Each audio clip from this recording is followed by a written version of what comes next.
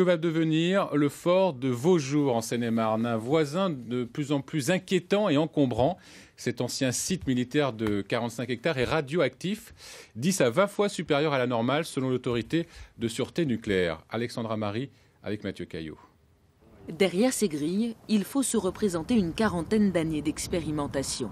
En 1955, le commissariat à l'énergie atomique créait à Vaujours un site de recherche et d'essai d'explosifs relatifs à l'arme nucléaire. Fermé en 1997, certaines associations alertent depuis plusieurs années sur la radioactivité du site.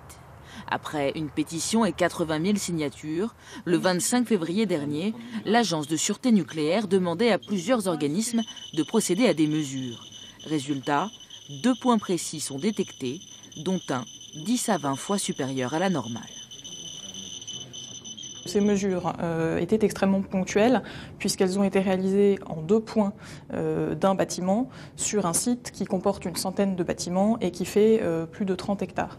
Le site de Vaujours appartient désormais à l'entreprise Placoplâtre qui souhaite y extraire du gypse à ciel ouvert comme dans cette carrière voisine.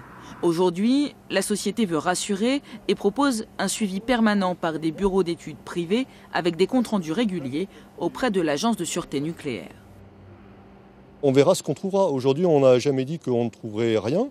Voilà, il faut investiguer, il faut avancer pas à pas. Et puis en fonction des résultats, nous définirons une stratégie pour pouvoir démolir et travailler sur ce site dans le parfait respect de la santé et de la sécurité.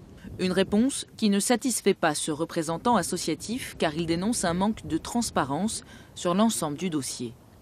Comment expliquer que pendant 3 ans, on ait eu tous les cabinets d'études, tous les organismes mandatés par Placoplâtre qui sont venus et qui ont dit qu'il n'y avait rien.